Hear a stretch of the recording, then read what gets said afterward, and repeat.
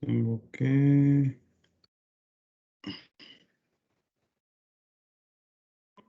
Vamos a compartir.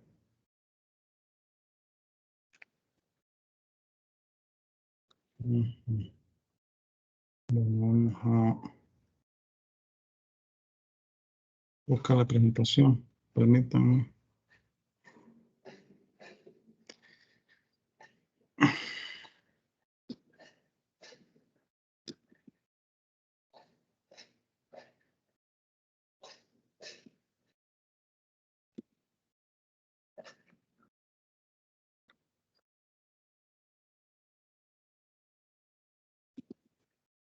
Bueno, vamos a iniciar la presentación.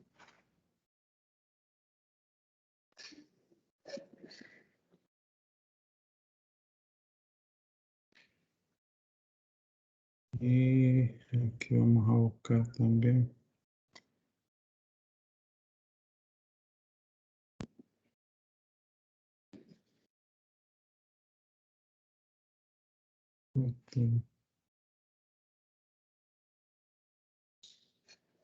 Permítanme.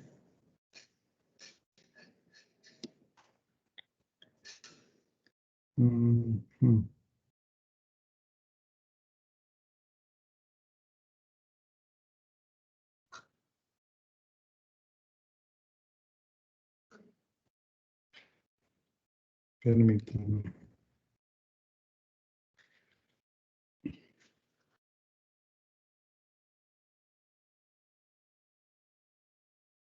Vamos a buscarla por acá.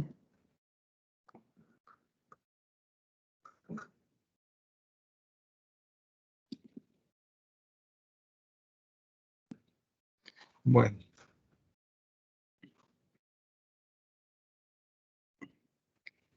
Y hoy voy a buscar algunas leyes que tengo por aquí. No, creo que esto no es. Bueno, vamos a iniciar la clase de este día.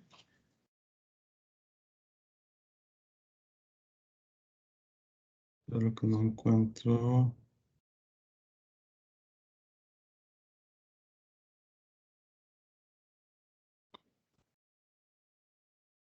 Pestaña.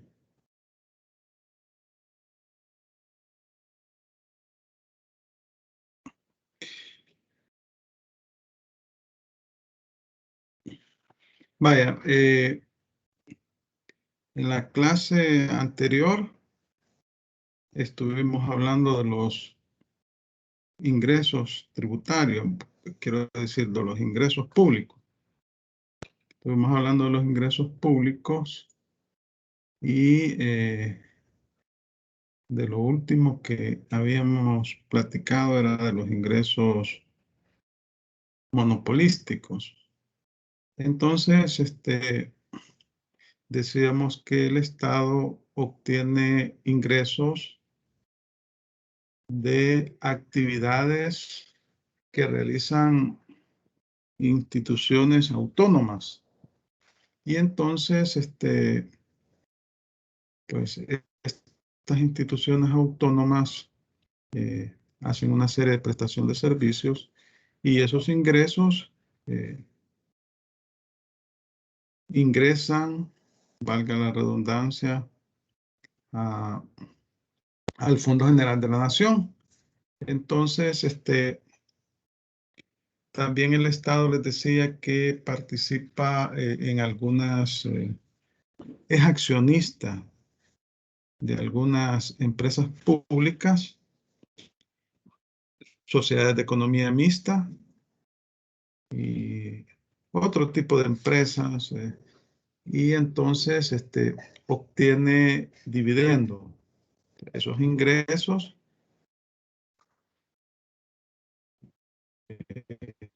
forman parte. Los ingresos monopolísticos son los ingresos derivados de la participación del Estado en beneficios que no proceden de su condición de accionista, sino de un título jurídico público, la ley que regula las condiciones en que se otorga el monopolio. Y aquí se pone el ejemplo, la exploración y explotación de los yacimientos de hidrocarburos por parte, bueno, CEL es el titular por disposición legal, es la empresa pública encargada de la exploración y explotación de los hidrocarburos en El Salvador. Y entonces, pero esta CEL concesiona ese tipo de servicios o ese tipo de actividades particulares. Y en la concesión, pues el CEL cobra tasas y esos ingresos, pues el particular se lo paga a CEL y es parte de una actividad que le genera ingresos al Estado. El artículo 3 de la Ley de Hidrocarburos establece que los yacimientos de hidrocarburos, cualquiera que sea su estado físico o forma en que se encuentren en el territorio de la República, son propiedad del Estado y este le otorgó la exploración y explotación de los mismos exclusivamente a CEL. Eso es el artículo 4.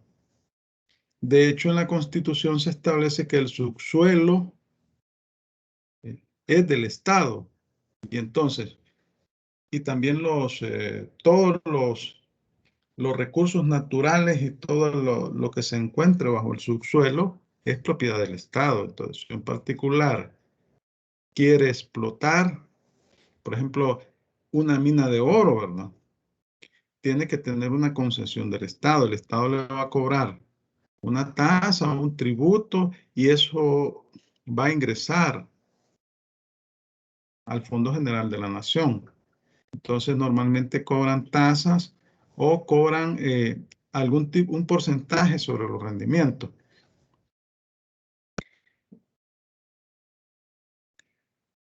El Estado obtiene ingresos monopolísticos por las regalías que obtiene de las empresas que se dedican a la explotación de los hidrocarburos y tributarios. Existe un impuesto directo a los contratistas. Estos artículos 56 y 62 de la Ley de Hidrocarburos.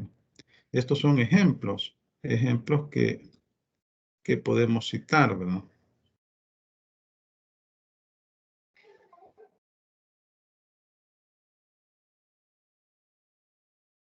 Luego tenemos los ingresos tributarios. Bueno, cuando hablamos de ingresos tributarios hablamos de tributos. Y yo les decía que el término tributo engloba tres tipos de conceptos: impuestos, tasas y contribuciones especiales. Entonces, los tributos son prestaciones en dinero de carácter coactivo impuestos por el Estado u otro ente público a los particulares, en virtud de una ley para el cumplimiento de sus fines. Entonces, los tributos, el Estado los impone, son prestaciones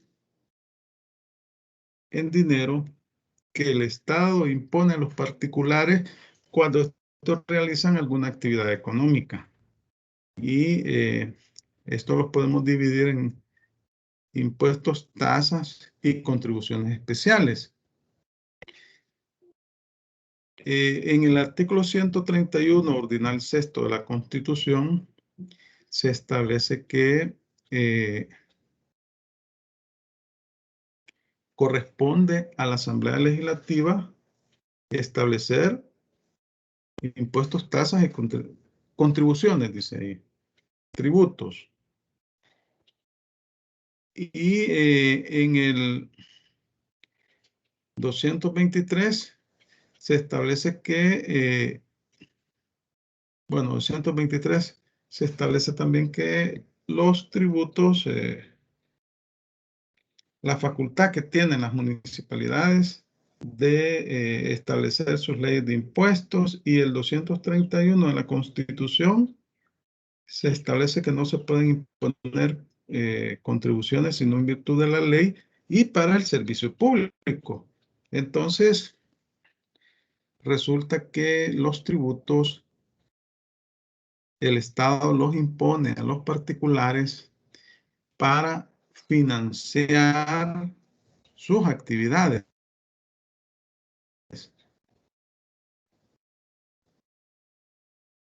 Y el Código Tributario, bueno, en primer lugar, la Constitución de la República. En segundo lugar, tenemos el Código Tributario y la Ley General Tributaria Municipal. Entonces, les decía que los tributos se clasifican en impuestos, tasas y contribuciones especiales. En el caso de los impuestos, es un tributo exigido sin contraprestación cuyo hecho generador está constituido por negocios, actos o hechos de naturaleza jurídica o económica que ponen de manifiesto la capacidad contributiva del sujeto pasivo. En el caso del impuesto, el Estado lo exige en forma coactiva a los particulares, pero el particular o los administrados o los contribuyentes no saben en qué utiliza el Estado esos fondos. Es decir, no existe una relación directa entre el cobro del impuesto y el uso que el Estado le da a esos fondos. Yo pago mensualmente el impuesto IVA, sea como contribuyente o como consumidor final, o pago el impuesto sobre la renta, el pago a cuenta, y yo no sé cuál es el destino de esos fondos. Entonces el Estado, bueno, no existe una relación directa entre el impuesto que yo pago con el uso que le da el Estado. Esos fondos ingresan al Fondo General de la Nación y el Estado los destina para utilizarlos en diferentes operaciones, obligaciones que tienen. Sin embargo, las tasas, sí existe una relación directa entre el tributo y el uso que le da el Estado. Es decir, existe un beneficio directo al contribuyente. Las tasas del tributo cuya obligación tienen como hecho generador la prestación efectiva o potencial de un servicio público individualizado al contribuyente. Y entonces, ¿qué sucede con las tasas? Vaya, el tren de aseo, pasa el camión de la basura 2 o 3 veces por semana ahí por su casa. Entonces, usted paga una tasa, pero esa tasa usted la ve reflejada en el servicio que le presta la alcaldía municipal, ¿no? Y ahí pasa el camión de la basura y toda la gente sale corriendo sacando la basura, ¿no? Pero mes a mes ahí le viene el cobro del tributo. Entonces ahí existe una prestación directa. El hecho generador es la prestación del servicio que realiza la municipalidad a la persona. Individualmente usted se beneficia porque llega el camión de la basura y se lleva los desechos sólidos que se han generado en su casa. Luego, la contribución especial es el tributo cuya obligación tiene como hecho generador beneficios derivados de la realización de obras públicas o de actividades estatales y cuyo producto no debe tener un destino ajeno a la financiación de las obras o las actividades que constituyen el presupuesto de la obligación. Entonces, en el caso de la contribución especial, de repente viene la alcaldía o el estado y deciden construir una carretera que va a pasar enfrente de su casa. ¿Cuál es el beneficio? ¿Cuál es la utilidad que usted va a obtener? Y le ponen una tasa, una contribución especial, ¿verdad? Le ponen una contribución especial por un determinado tiempo. Entonces, ¿qué beneficio usted va a obtener? Si pasa una carretera, bueno, de entrada existe una calle polvosa en la zona y el Estado o la municipalidad comienza a construir una carretera. Entonces, ¿cuál es el beneficio que va a obtener el contribuyente? Porque establecen la contribución especial en el caso de las municipalidades por medio de una ordenanza o de una ordenanza municipal. Entonces, ¿qué beneficio va a obtener usted? Escucho opiniones.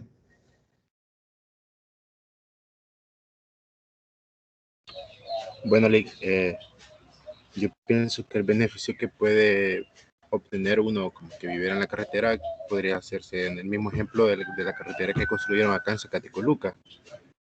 Compraron varios terrenos de los alrededores para ampliar las calles y lo que son las carreteras, más que todos los lotes tuvieron un alza, porque varias empresas como gasolineras, comedores, comenzaron a comprar alrededor de la carretera por la circulación vial que existe. ¿Cómo se llama eso? Plusvalía. Una plusvalía. Imagínense que su casa valía $5,000 en una zona rural y de repente el Estado, la municipalidad está construyendo una obra, hay una carretera. Puede llegar a valer, ¿qué? $30,000 su casa, ¿verdad? Esa es la plusvalía. Ahora, hay otros tipos de contribuciones especiales que son que más parecen impuestos, pero igual, ¿verdad? Aparentemente tenemos un beneficio, el caso del fovial. El fovial se pagan 20 centavos de dólar por cada galón de gasolina que usted consume, los que tienen vehículos. Y el destino de ese fondo es para el mantenimiento de las calles. Entonces, supuestamente usted recibe un beneficio directo, que el Estado utiliza esos recursos para darle mantenimiento a las calles, ¿verdad? Ese es el objetivo del fovial. Luego tenemos el caso del Cotrans. ¿Saben ustedes qué es el Cotrans?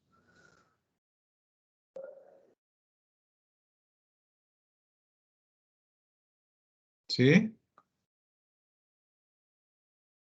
No, Lick. No saben. Bueno, el Cotrans es el tributo que pagamos también los que tenemos vehículos, 10 centavos de dólar por cada galón de gasolina, cuyo destino va para subsidiar a los transportistas, a los buceros, a los que se dedican al transporte público de pasajeros. ¿Cuál es el objetivo de ese subsidio? Que usted pague, que ellos no le aumenten al pasaje.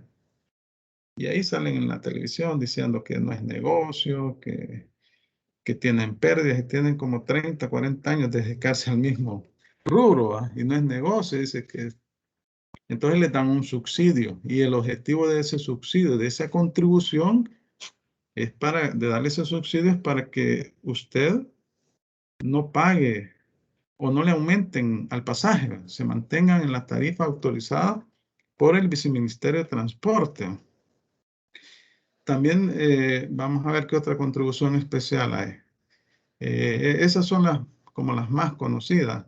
Está otro que se llama el FEFE, que últimamente, que antes se denominaba impuesto de guerra, pero que hoy el Estado le ha dado otro destino para subsidiar el gas propano. Tienen un destino bien específico. Esa es la característica de la contribución especial en relación con el impuesto, ¿no? Bueno, aquí lo tengo dos veces. Bueno, vamos a ver, voy a cerrar esta.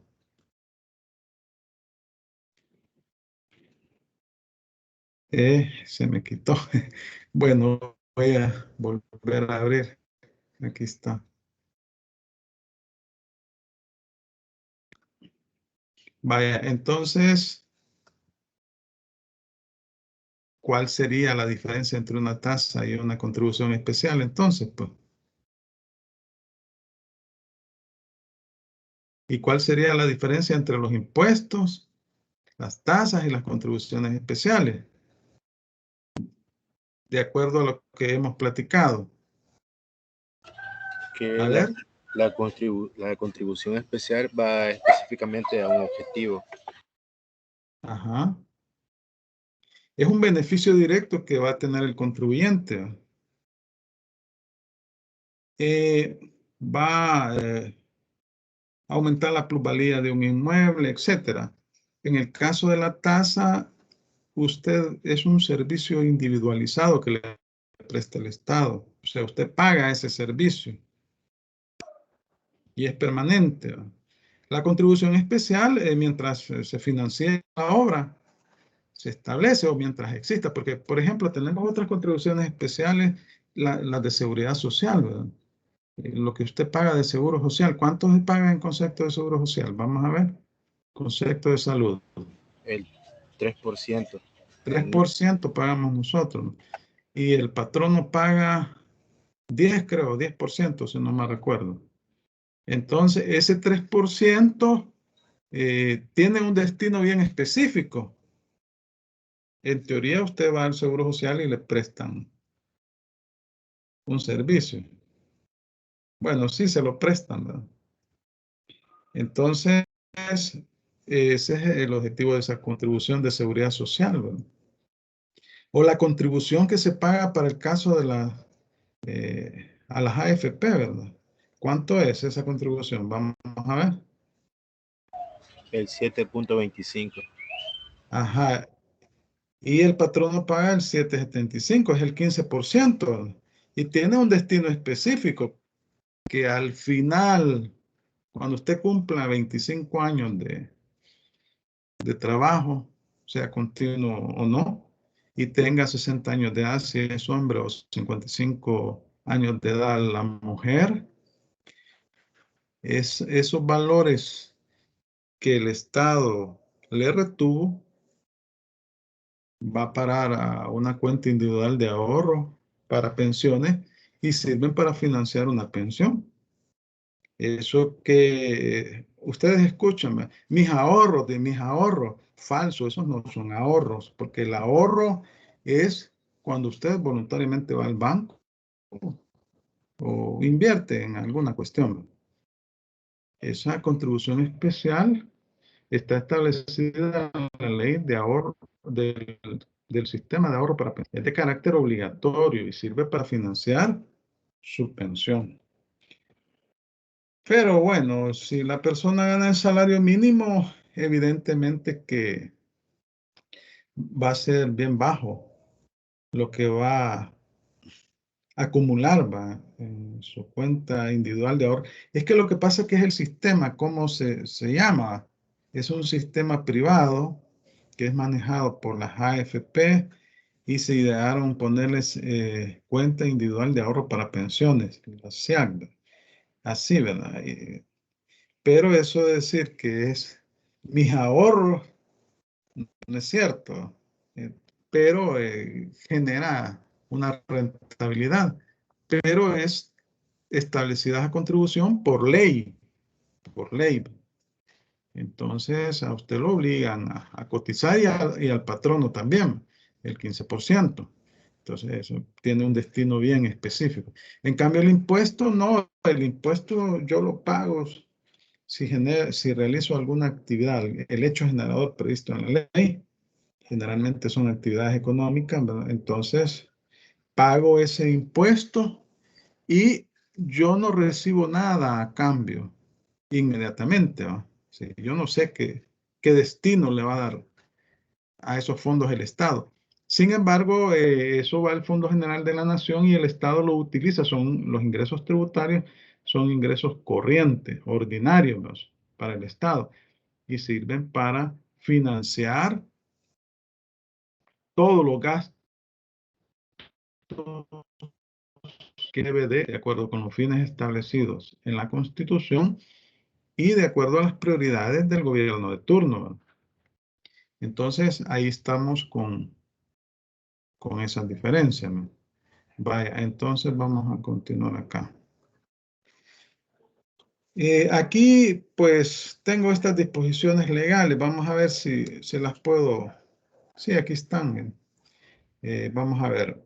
Primero dice artículo, la Constitución, vamos a ver primero, vamos a ver. Constitución de la República. Para que veamos que esto tiene un fundamento, no es que es invento.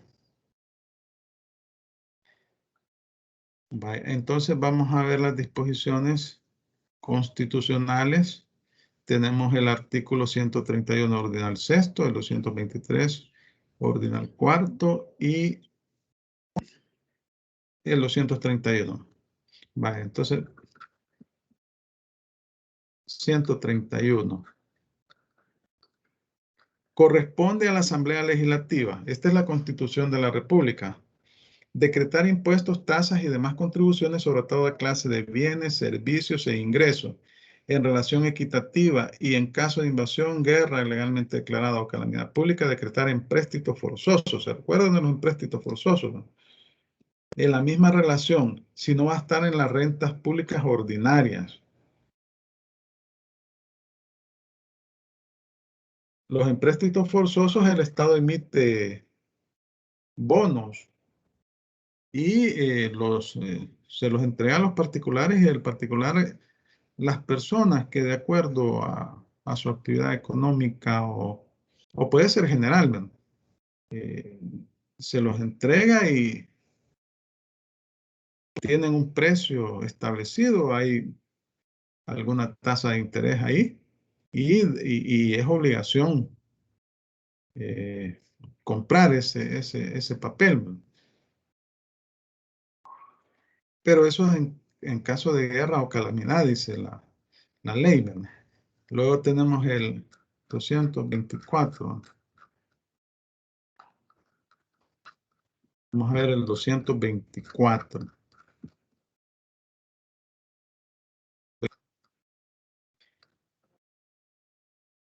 Vamos a buscarlo más rápido.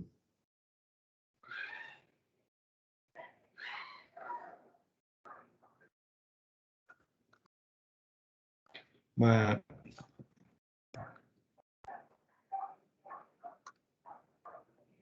veamos, era el 224. No, el 223 ordinal cuarto era.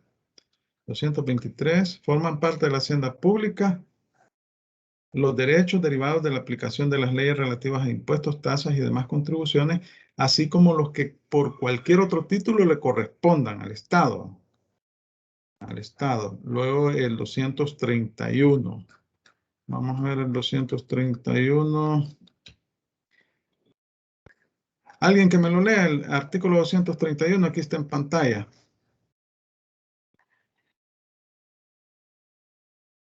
A ver. Yo. Buenas tardes, Lick. Vaya, bueno. Léanlo. Le voy a ayudar. Bueno, ayúdenme. No pueden imponerse contribuciones sino en virtud de una ley y para el servicio público.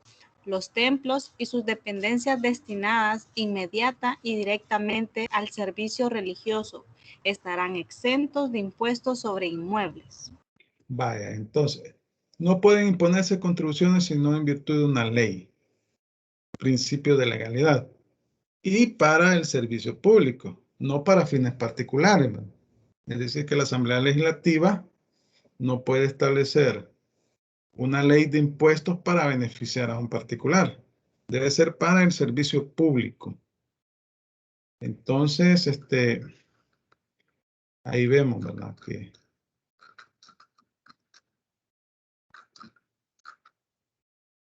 vamos a ver haciendas públicas.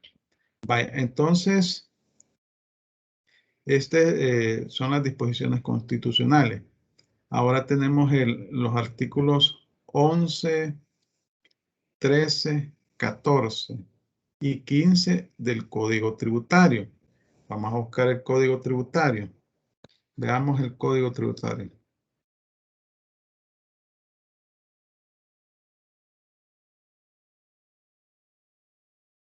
Código Tributario, aquí está.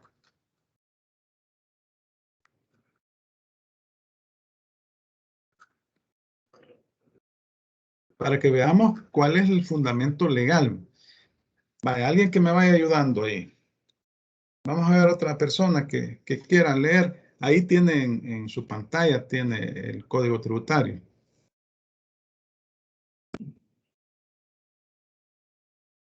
A ver, ¿quién me ayuda?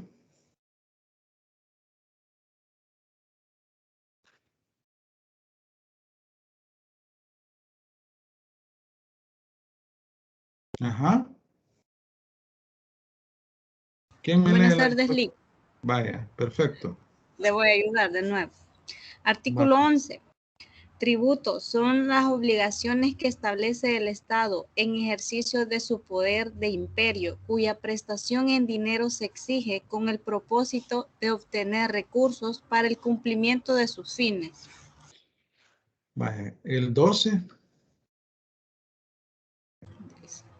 Artículo 12. Los tributos se clasifican en impuestos, tasas y contribuciones especiales. Vaya, artículo 13. Otra persona que quiera colaborar para que no solo lea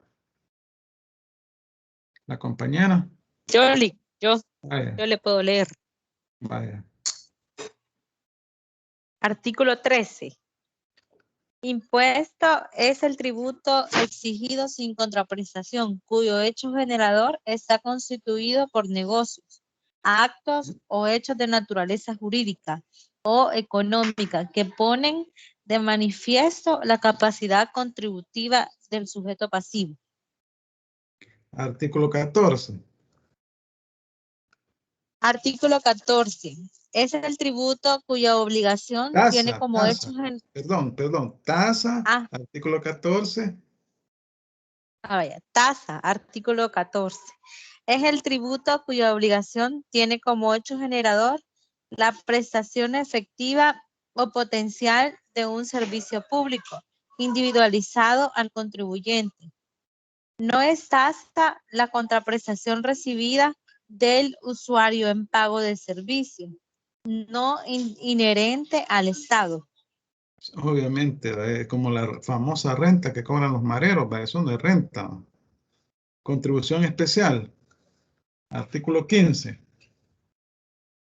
Contribución especial, artículo 15. Contribución especial es el tributo cuya obligación tiene como hecho generador beneficios derivados de la realización de obras públicas o de actividades estatales y cuyo producto no debe tener un destino ajeno a la financiación de las obras o las actividades que constituyan el presupuesto de la obligación.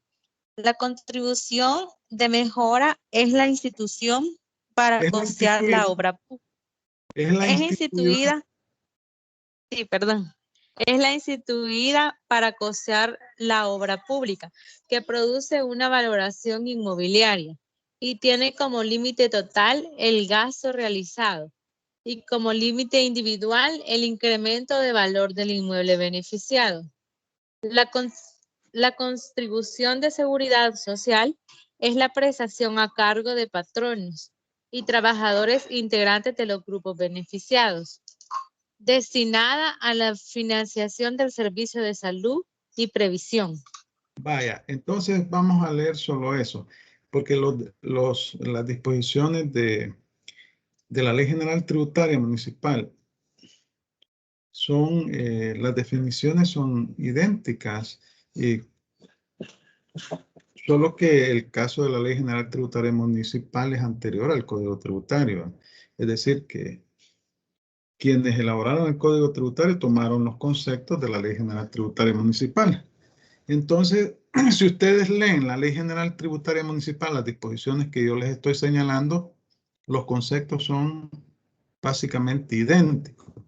Entonces, pues ustedes tienen ahí la obligación de leerlo.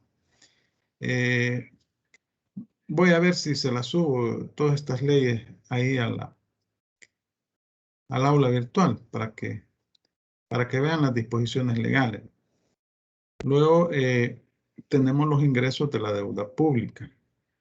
Les decía que el Estado para financiar sus actividades requiere de los ingresos ordinarios y de los ingresos extraordinarios. El caso de la deuda pública es un ingreso extraordinario, así se clasifica técnicamente y doctrinariamente. Sin embargo, se ha vuelto tan común que el Estado se endeude o que los estados se endeuden, que básicamente se ha vuelto un ingreso corriente, ¿verdad? Entonces, la deuda pública también le genera ingresos al Estado, ¿no? Y al mismo tiempo una obligación. Porque cuando el Ministerio de Hacienda presenta el presupuesto general de la Nación en la Asamblea Legislativa, que por cierto quiero decirles que es una atribución del Consejo de Ministros la elaboración del presupuesto, y lo hace por medio del Ministerio de Hacienda. Luego el Consejo de Ministros, el Ministro de Hacienda lo presenta al Consejo de Ministros, lo aprueba y delega al Ministro de Hacienda para que lo presente en la Asamblea Legislativa, y la Asamblea lo discute y lo apruebe con 56 votos. Entonces, cuando elabora el presupuesto, bueno, todas las instituciones hace una consolidación del presupuesto general y ponen todos sus gastos corrientes, todas sus obligaciones, los gastos fijos, digamos. Y siempre hay un déficit, ¿no? Siempre resulta que hay más gastos que ingresos. Entonces, esa brecha presupuestaria, generalmente el Estado lo que hace es suplirla por deuda, por medio de deuda. Entonces, si bien es cierto, para aprobar el presupuesto se requieren 43 votos, pero para aprobarlo con deuda son 56 votos. Entonces, la deuda, los ingresos que genera la deuda pública también forma parte de los ingresos públicos que obtiene el Estado. Aquí tenemos, recuerdan que vimos una clasificación de ingresos públicos. Esta es una clasificación meramente presupuestaria, para efectos de presupuesto. Si ustedes ven el presupuesto general de la Nación, ahí van a ver que las partidas presupuestarias están clasificadas en estos términos: ingresos corrientes, ingresos tributarios, por los impuestos, tasas y contribuciones especiales generados por esos rubros. Ingresos no tributarios pueden ser donaciones, ¿no? O otro tipo de ingresos no relacionados con los tributos. Las contribuciones a la seguridad social, estamos hablando de lo que ingresa al Estado en concepto de seguro social, etcétera. Las ventas de bienes y servicios, hay instituciones que sacan fotocopias, venden algunas cosas. Ingresos financieros y otros, también el Estado invierte en títulos valores. Las transferencias corrientes son aquellos ingresos que se generan, por ejemplo, se pueden generar en una institución autónoma, por ejemplo, CEL, y entonces, y que normalmente o son ingresos que todavía no están incluidos en el presupuesto. Entonces, se hace la transferencia a las instituciones que lo necesitan. Las ventas de activos no financieros. ¿Y cuáles serían los activos no financieros? A ver.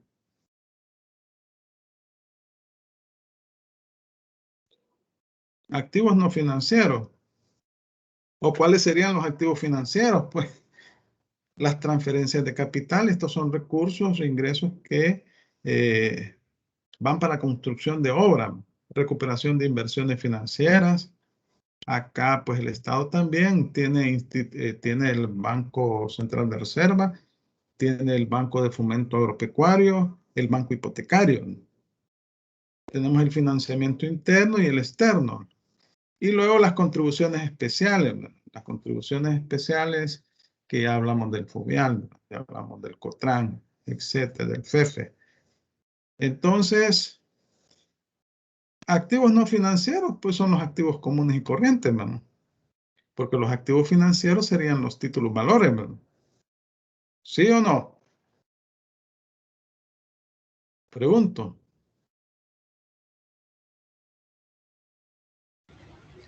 Creo que ahí también entra lo que son los bienes inmuebles, las maquinarias, las patentes y Sí, las son licencias de uso. todo ese tipo de activos, ¿no? Activos fijos, ¿no?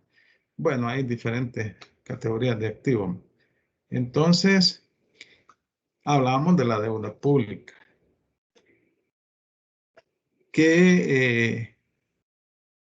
¿Cómo definirían ustedes una deuda? ¿Qué es una deuda?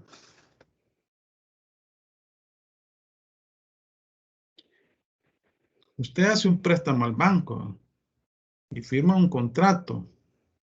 Y en ese contrato, usted, el banco le presta cierta cantidad de dinero.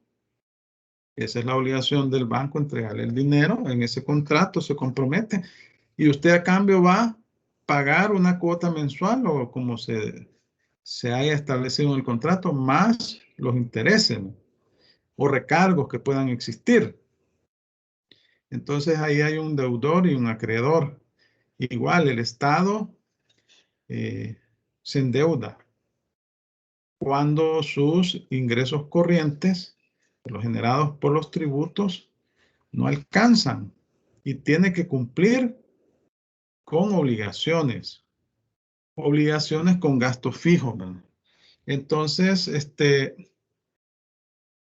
se establece una serie de obligaciones de carácter legal entre el Estado y el acreedor. El Estado se vuelve un deudor y el acreedor generalmente son organismos internacionales, pero también hay acreedores nacionales, ¿verdad? La banca, por ejemplo, compra la deuda de corto plazo. Entonces, una definición de deuda pública la tenemos en la diapositiva, el conjunto de relaciones jurídicas establecidas entre los entes públicos y los demás sujetos del ordenamiento jurídico, quienes entregan a aquellos en forma voluntaria ciertas cantidades de dinero a cambio del compromiso del ente beneficiado de cumplir determinadas prestaciones patrimoniales. Pagar una cuota generalmente semestral más los intereses y recargos que puedan haberse establecido en el contrato. Se trata pues de un conjunto de deudas contraídas por el Estado, por organismos autónomos o por los municipios a través de la figura del préstamo. El Estado, gobierno central, las instituciones oficiales autónomas, los municipios se pueden endeudar. Entonces tenemos dos modalidades. La concertada con un sujeto determinado, y aquí pues estamos hablando del cuando el Estado se endeuda con un banco internacional, el Banco Centroamericano de Integración Económica, el BCE, el BID, un organismo internacional. Y la contraída acudiendo al mercado anónimo de capitales, modalidad dirigida a los particulares básicamente por el mecanismo de la emisión de bonos. Acá el Estado acude a la Bolsa de Valores Nacional o allá en Nueva York, ¿verdad?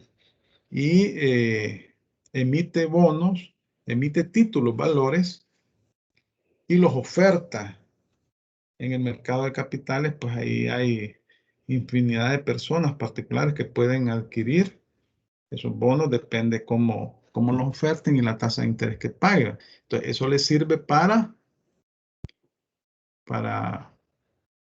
obtener recursos que serán utilizados en los gastos que tiene el Estado. Entonces tenemos que la deuda es un contrato de derecho público. Esa es su naturaleza jurídica. ¿Por qué? Porque la realiza el Estado y el Estado se rige por relaciones de derecho público. El Estado actúa con todo su poder de imperio, con toda su estructura. No es lo mismo prestarle a un particular que a un Estado. No es lo mismo. Entonces, el Estado no actúa como un particular, lo hace investido de su poder de imperio, o sea, de imponer. Cuando hablamos de poder de imperio, es su poder de imponer con toda su estructura. sin colocarse en un plano de igualdad con el particular. Claro, cuando hace préstamos a organismos internacionales, pues estos tratan de, en los contratos que celebran, ponen una serie de condiciones para garantizar el pago del préstamo. El fin que persigue el Estado con la deuda pública es obtener ingresos que destinarán a las necesidades públicas. El propio contenido del contrato, la intención expresada por las partes, los privilegios que concede el Estado a los prestamistas, ponen de relieve que quien contrata es un ente público como tal y que la relación a la que se da vida encuentra su régimen jurídico en las normas de derecho público. Entonces el Estado, con todas sus instituciones, con todas sus leyes, ¿verdad?, contrata con, ya sea con un particular o con otro Estado o con un organismo internacional, que puede ser la banca internacional, ¿verdad? Entonces, si es una deuda que la celebra con un particular y con un nacional, ¿verdad?, entonces se va a regir por la ley nacional. Pero si esta deuda se genera con un organismo internacional, se va a regir normalmente por una ley o por el derecho internacional, ¿verdad?, o el derecho interno del prestamista de un Estado, ¿verdad? Entonces, según cómo se pacte en el contrato, entonces se obliga. ¿Cuál es el principio de legalidad de la deuda pública? Y ese está establecido en el artículo 148 de la Constitución. No puede emitirse ninguna deuda pública sino en virtud de la ley. La ley debe establecer las condiciones en que se contrata la deuda, artículo 148, inciso tercero. Entonces acá yo les he puesto la disposición legal. ¿Alguien que me la lea? Este es el artículo 148 de la Constitución de la República. Yo recuerdo que les dije al inicio de las clases que deben de tener a la mano la Constitución, ¿verdad? Vaya, alguien que me lo lea. Artículo 148. Ahí está, de la Constitución de la República. Ahorita le dice, Bueno, artículo 148.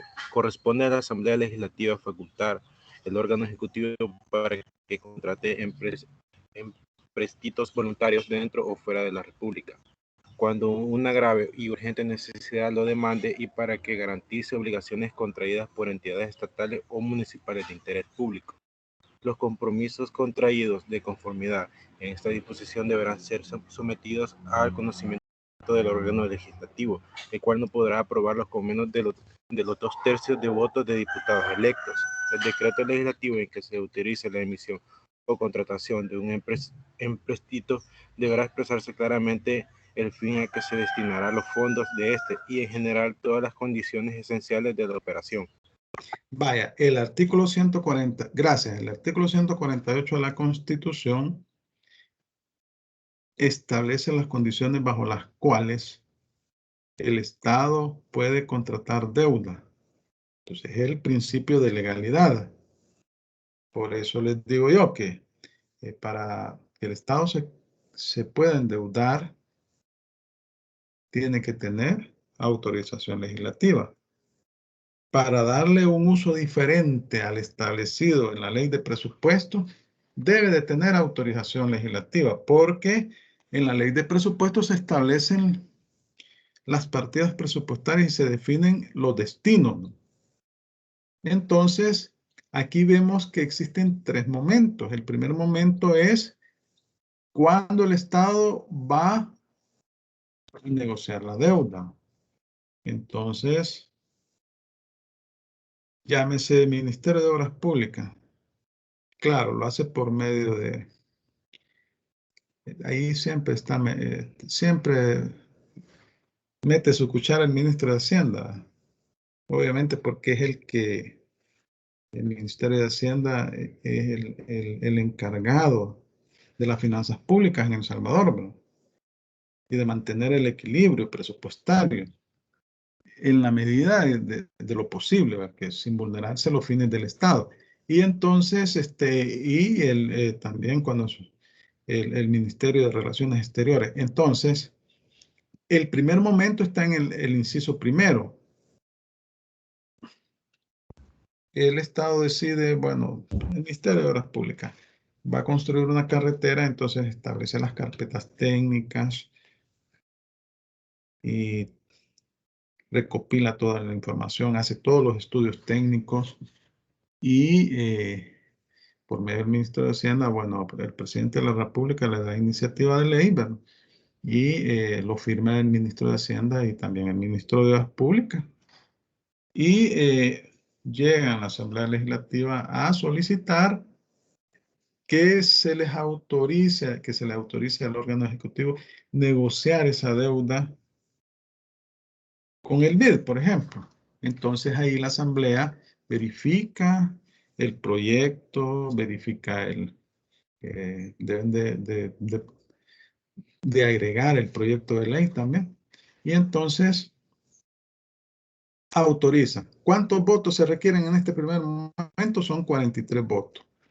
Luego después el Estado se va a negociar con el organismo internacional y hacen el contrato de préstamo. Entonces presenta el proyecto de ley nuevamente a la Asamblea Legislativa y esta lo autoriza con 56 votos. 2/3 de los votos de los diputados electos. Son 84 votos, ¿no? Yo divido 2 entre 3 y lo multiplico por 84, me da 56 votos. Y luego, el decreto legislativo en que se autorice la emisión o contratación de un empréstito deberá expresar claramente el fin a que se destinarán los fondos de este y en general todas las condiciones esenciales de la operación. Debe establecerse la tasa de interés, los pagos, la periodicidad de los pagos, el destino que se le dará a los fondos, el plazo de la deuda, etcétera, etcétera, con un contrato. Entonces, eso lo regula el artículo 143. Pero no solo engloba al órgano ejecutivo, también a las entidades estatales y a los municipios. Este es el principio de legalidad, ¿no? O sea, también las autónomas, las empresas estatales y los municipios se pueden endeudar. Entonces tenemos diferentes clases de deuda. La deuda del Estado, de los organismos e instituciones autónomas y de los municipios, en razón del ente que asume la calidad de prestatario. Deuda interna y externa, según es interna si se contrata con una persona o una institución, persona natural o jurídica,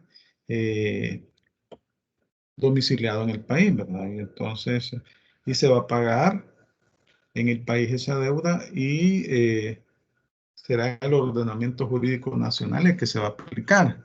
Si es deuda externa, entonces se contrata con un ente, con un Estado extranjero o con un organismo internacional o inclusive con un particular y se va a aplicar la ley extranjera, o sea, el derecho internacional, que fijen ahí las partes, porque puede ser que un préstamo con España, en el préstamo se establezca que se va a aplicar la ley española, ¿no?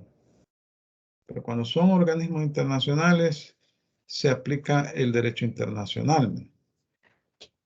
En razón del número de prestamistas que intervienen en el contrato, se clasifica en deuda singular, cuando se contrata con un sujeto determinado, llámese BESIE, BIR, y deuda general, cuando estamos en presencia de un sujeto indeterminado. Las emisiones de bonos adquiridos por los particulares, ¿verdad? Cuando el Estado emite bonos y se va al mercado de capitales, ¿verdad? Los ofrece al público, al que esté interesado en adquirir esos bonos y pues, le paga una tasa de interés en un plazo determinado. Tenemos deuda amortizable perpetua, según esté o no prefijado el plazo de reembolso. Bueno, perpetua, pues difícilmente existe una deuda perpetua, pero sí amortizable significa que se paga en los plazos establecidos en el contrato. Según el plazo y las condiciones de amortización o reembolso, la deuda puede ser a corto plazo 1 año, a mediano plazo de 1 a 5 años y a largo plazo de más de 5 años. Vale, entonces, contenido de la deuda pública. En primer lugar, nos referimos a las obligaciones que nacen para el Estado o cualquier otro ente público prestatario. En este sentido, son las dos obligaciones que se consideran inherentes al contrato, a cualquier contrato de préstamo. La de carácter principal, que es el pago del capital, ¿verdad? Y la de tipo accesorio, que es el pago de intereses, ¿verdad? Pactados. Y cualquier, no solo intereses, porque a veces también se pagan comisiones o cualquier otro tipo de recargos. Si ustedes ven un contrato, eso los publican en el diario oficial, ustedes pueden buscar. Por curiosidad, busquen un contrato de deuda que ha sido firmado por el Estado. Ahí van a ver el decreto legislativo y van a ver el anexo. Y ahí van a ver las cláusulas de ese contrato y las condiciones bajo las cuales el Estado contrató esa deuda. El segundo aspecto a considerar en el contenido de la deuda pública son los derechos del prestamista, que obviamente son correlativos a las obligaciones del prestatario. Bueno, ¿cuáles son los derechos? Que se le pague el monto total que ha prestado en el plazo pactado. Y a devengar los intereses también, ¿verdad? Que se han pactado en el contrato, los recargos, las comisiones, etcétera.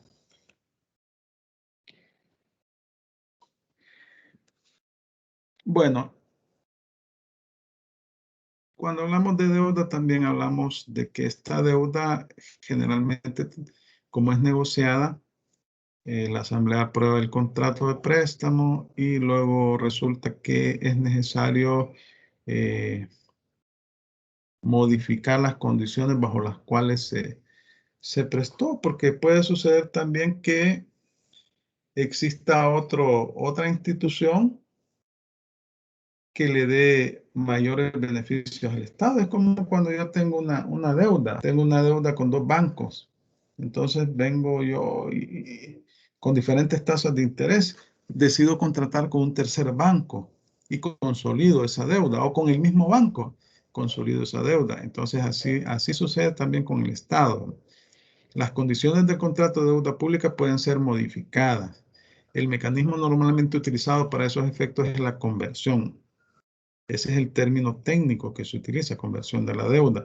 Esta puede ser definida desde dos puntos de vista. En sentido estricto, entendemos por conversión aquellas operaciones dirigidas a modificar el monto del capital o del interés pactado. Entonces, pues resulta que el Estado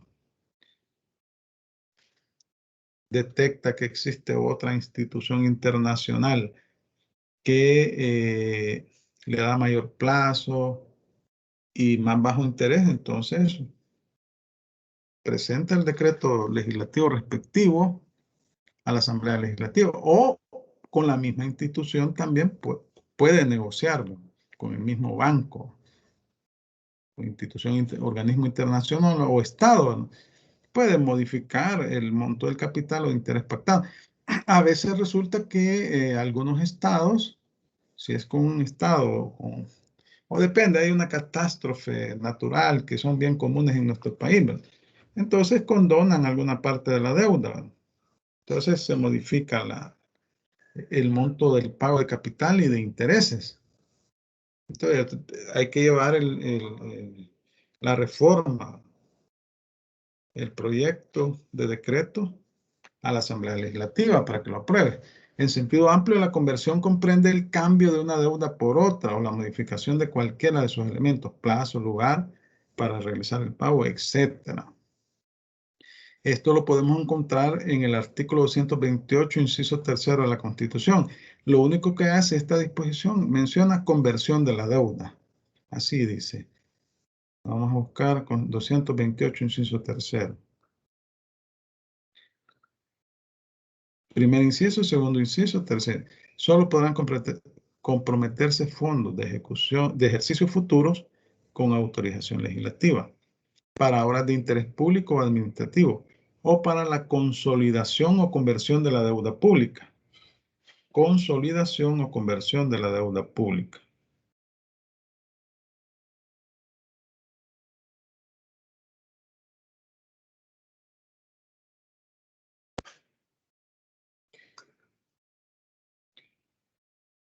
Entonces también tenemos las modalidades de conversión de la deuda.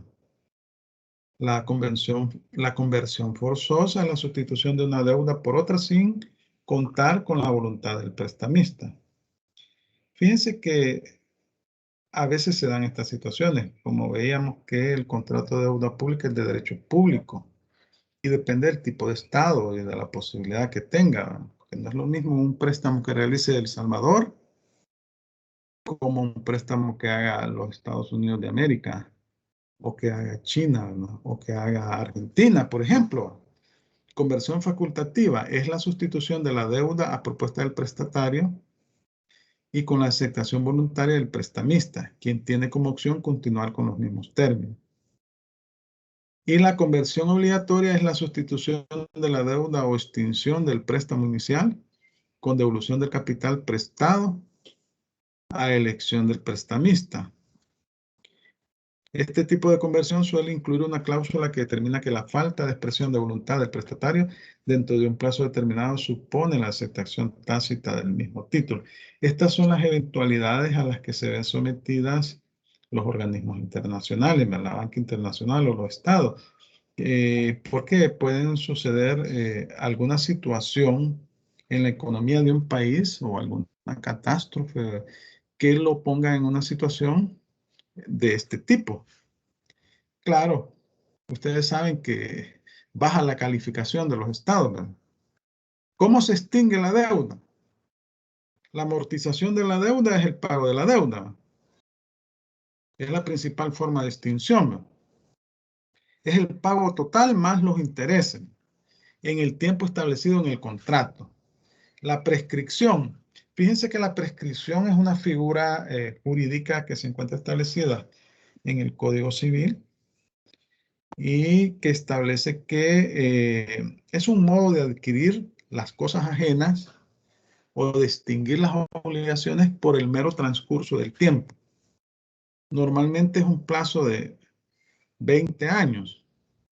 En el caso de deudas de carácter ejecutivo que se generan por título son 10 años. Entonces, en el caso de El Salvador, si se aplica la ley nacional, sería aplicable la prescripción.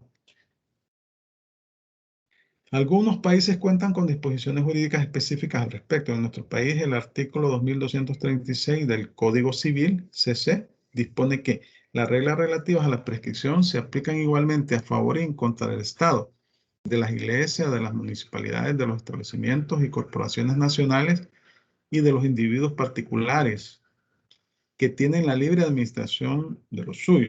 En consecuencia, son aplicables las disposiciones contenidas en los artículos 2253 al 2259 relativos a la prescripción como medio de extinguir las acciones judiciales. Aquí estaríamos hablando de prescripción extintiva, que es un medio de extinguir las obligaciones por el mero transcurso del tiempo. Es decir, que yo tengo un préstamo y dejo de pagarlo. Pasan los años, pasan 10 años. Imagínense que yo firmé un contrato, prescribió, no me cobraron por la inactividad del acreedor. Entonces yo puedo alegar la prescripción. Debo hacerlo por la vía judicial y debo de alegarlo porque no opera de oficio. Entonces estas reglas de la prescripción operan a favor también del Estado, de las municipalidades, de las instituciones oficiales autónomas. Es un modo de extinguir, que es bien difícil que se dé, ¿verdad? Pero remotamente podría darse. Tenemos el repudio de la deuda.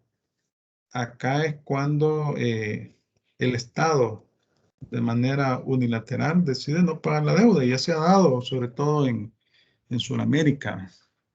En Sudamérica, creo que Argentina, cuando tuvo una crisis económica, se le denominó el corralito, porque el Estado se apropió de los dineros que tenían los particulares en los bancos para suplir la crisis que tenía. Entonces, es una medida unilateral de los estados. Son de las cosas a las que también a veces se ven sometidos los organismos internacionales prestamistas, ¿no? Entonces, esta cuestión del repudio no puede ni debe confundirse con la declaración de quiebra de un Estado, pues las consecuencias jurídicas son diferentes. Bueno, cuando el Estado se declara en quiebra es que no tiene capacidad para cumplir con sus obligaciones en el corto tiempo, en el corto o mediano plazo, porque los ingresos que obtiene no son suficientes. Entonces, este es un estado temporal de un estado y entonces deja de cumplir con sus obligaciones, con el pago de sus deudas. Pero una vez que el estado recupera su capacidad financiera, que se vuelve solvente nuevamente, entonces cumple con su obligación. Pero en el caso del repudio no, sencillamente dice no pago, punto.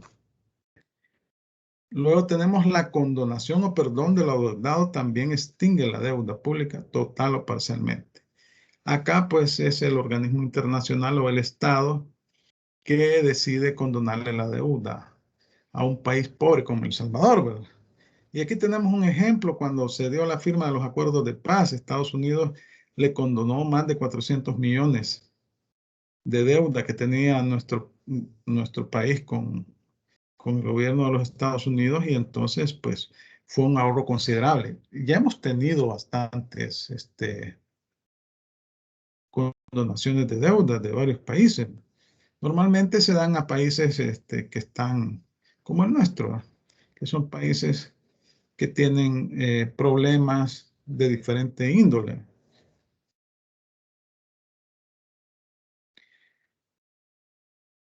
Luego,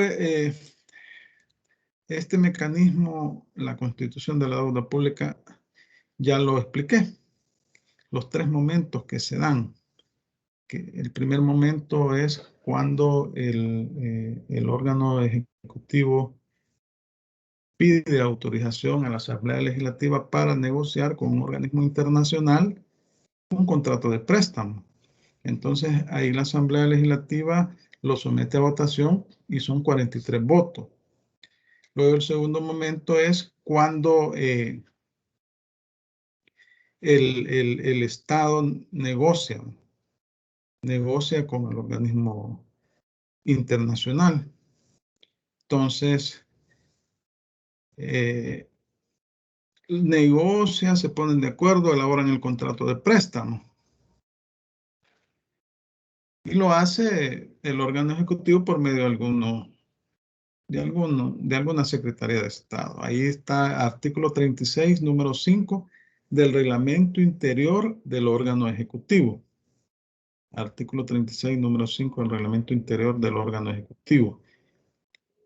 Luego el tercer momento es la aprobación, ¿verdad? Una vez que ya negociaron el préstamo, elaboran el proyecto de préstamo, el proyecto de decreto también legislativo, y lo someten a la aprobación del órgano legislativo, de la Asamblea Legislativa. Entonces, la Asamblea lo aprueba con 56 votos. 56 votos. Veamos si tengo por aquí el reglamento interior del órgano ejecutivo. El reglamento interior. No, no lo tengo. No lo tengo, pero ustedes lo pueden bajar, ¿verdad? Solo para que vean la base legal. Entonces, esto ya lo había explicado. Pero hablamos de tres momentos. El primer momento es la autorización del órgano legislativo al ejecutivo. El segundo momento es la negociación que hace el órgano ejecutivo. Y el tercer momento es la aprobación por parte de la Asamblea Legislativa con 56 votos, ¿no?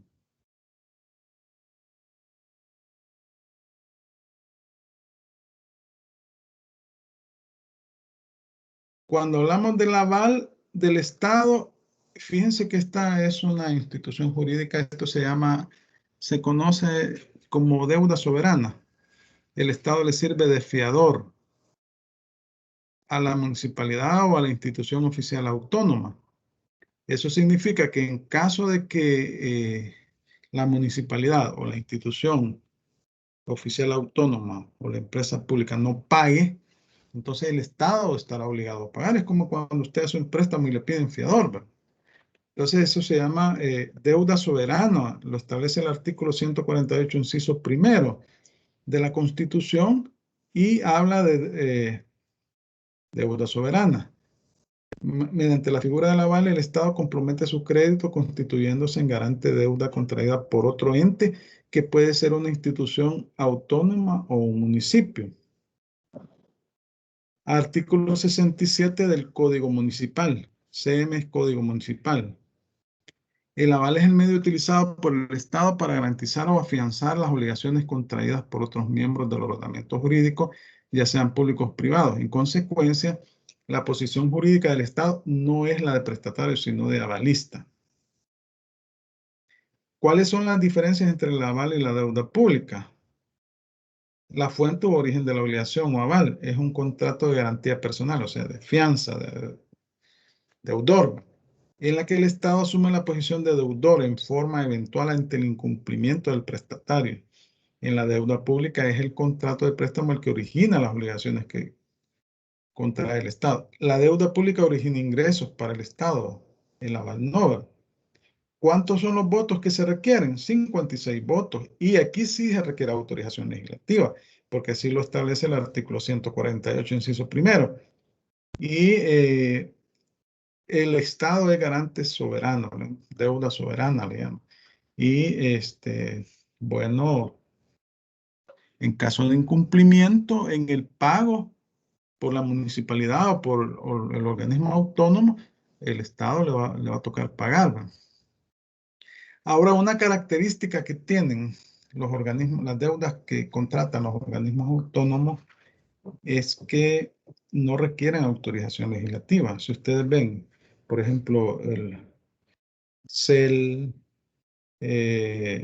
CEPA o la Banca Nacional, el Banco de Desarrollo, el Banco Hipotecario o cualquier otro ente autónomo, puede contratar deuda. ¿Y quién autoriza esa deuda? Su organismo de dirección. Generalmente tienen juntas directivas, ¿verdad? Juntas directivas, junta de gobernadores le llaman también en algunos casos. Ellos son los que contratan la deuda. No requieren ir a la Asamblea Legislativa. Sin embargo, cuando se trata de que el organismo internacional le exige un aval del Estado, en esos casos sí tiene que pasar por la Asamblea Legislativa, porque hay organismos internacionales que desconfían que la institución pública pueda pagar y le piden el aval del Estado. Entonces, la garantía soberana del Estado.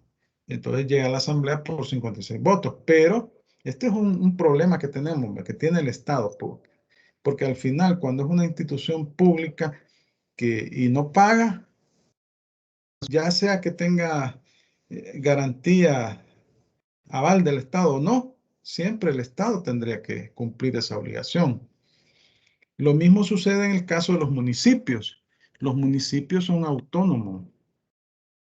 Ellos son autónomos conforme a la Constitución de la República y para ellos, ellos pueden contratar su deuda. Ellos, la máxima autoridad del municipio es el Consejo Municipal. El representante legal es el alcalde municipal, ¿verdad? Entonces, ellos,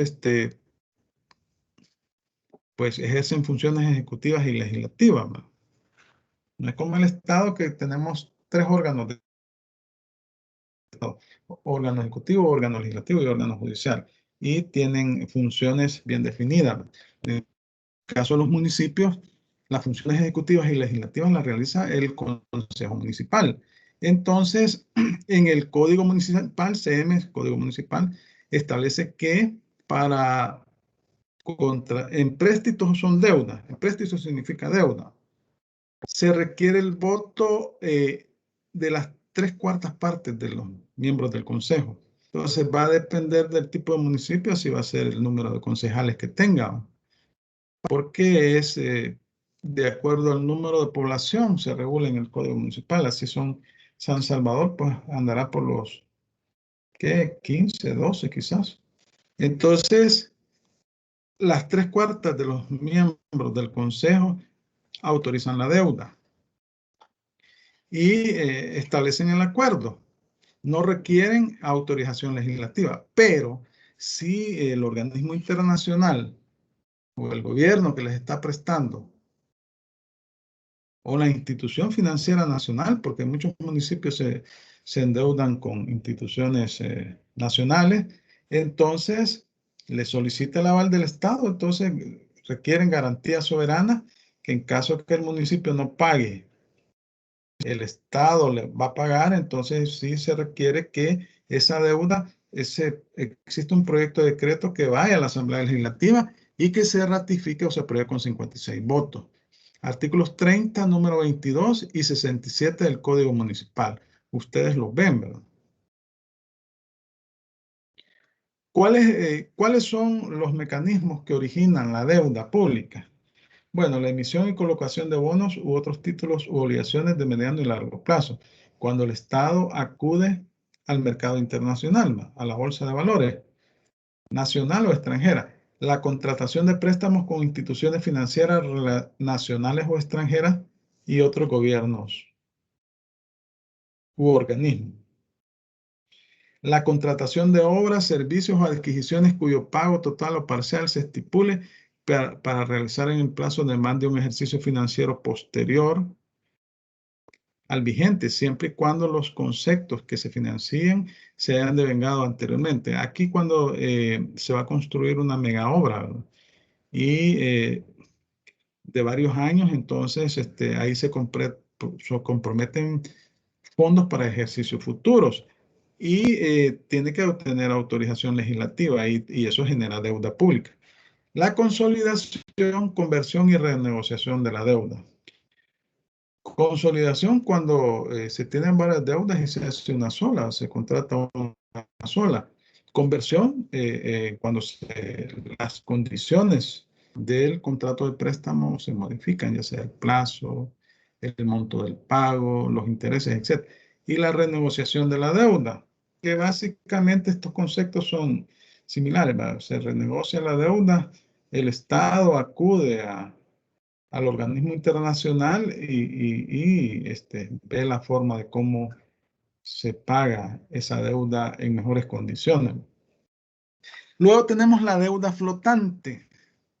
Esta es la deuda de corto plazo. Aquí tenemos los famosos LETES, letras del tesoro, y los CETES, certificados del tesoro. Esta deuda se contrata por un año, el plazo máximo es un año.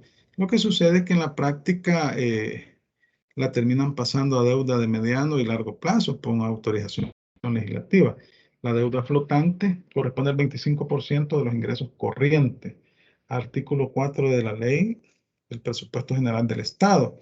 Acuérdense que el presupuesto general del Estado y la ley de salarios son una ley temporal que tiene una vigencia el 1 de enero al 31 de diciembre de cada año. No debe ser mayor al 20% de los ingresos corrientes, establece el artículo 26 de la Ley de Responsabilidad Fiscal. Entonces acá, si ustedes ingresan a la página del Ministerio de Hacienda, ahí en el portal de transparencia, ahí pueden ver el presupuesto. Y ahí ven en el articulado de la Ley de Presupuesto, porque en el articulado está a partir del artículo 2, ¿verdad? El artículo 1 es todo lo que es el presupuesto. Y aquí miren, aquí dice 4.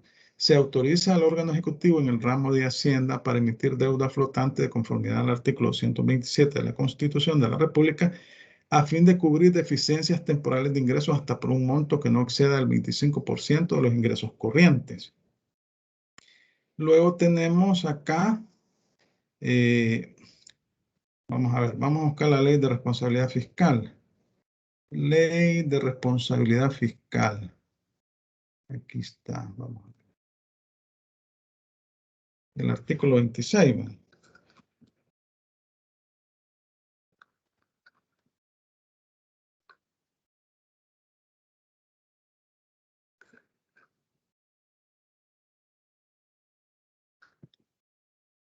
En lo relacionado a la deuda flotante, deberá adoptarse las medidas indispensables a fin de que en el primer año no sea mayor al 20%. Cuando salió esta deuda de los ingresos corrientes, una vez colocados y cancelados los saldos de la deuda de corto plazo. Entonces, ven que todo está arreglado, ¿verdad? Todo se encuentra arreglado en el caso del Estado, ¿verdad? Y bueno, hasta aquí finalizaría la clase. No sé si tienen alguna consulta sobre la temática que hemos tocado este día. Recuerden que el 14 deben de entregar el trabajo y ese mismo día van a comenzar las exposiciones, van a pasar 5 grupos, deben de elegir una persona, la que esté en mejores condiciones, no deben elegir una persona que viene manejando, ¿no? ¿Verdad? Ustedes son 9, la mayor parte del grupo son 9 personas. Entonces ahí elijan una persona para que haga la exposición, porque lo va a representar al grupo. Van a tener 10 minutos. Entonces la exposición vale 25%, el trabajo vale 25%, 50%. Una consulta, Lick. ¿Sí? Con el trabajo de investigación vamos a realizar todos los temas y solo vamos a exponer No, uno. no. En el trabajo de investigación usted va a investigar su tema, pero hay un tema general para todo. Es lo referido al Ministerio de Hacienda, es decir, las funciones del Ministerio de Hacienda, las competencias del Ministerio de Hacienda, eso sí, lo van a estudiar. Pueden agregar el organigrama del Ministerio de Hacienda, pero ustedes, eso sí lo van a incluir en el trabajo, pero ustedes se van a enfocar en su institución. Es decir, que el que le toque la Dirección General de Tesorería no va a poner nada en su trabajo de la Dirección General de Impuestos Internos, ni de la Lotería Nacional de Beneficencia, pero sí va a poner del Ministerio de Hacienda en términos generales. ¿Cuál es la competencia del Ministerio de Hacienda? ¿Cuáles son sus funciones? Y el organigrama del Ministerio de Hacienda. Y agregue el organigrama de la DGI si le toca a la DGI. Pero usted no va a tener nada que ver con las otras instituciones. ¿Está claro? Sí, sí, está claro, Lick. Así va a ser. ¿Otra consulta? Si no tienen consultas, pues terminamos la clase. Nos vemos la próxima semana. Ya solo serían mis últimas 2 clases, ¿verdad? Las de la próxima semana. Y después ustedes me van a dar clase a mí. Y luego viene el parcial, ¿verdad? Entonces, gracias por su atención. Pasen una feliz noche y un feliz fin de semana, pues estamos a media de semana en realidad. Entonces, gracias a todos. Nos vemos la próxima semana.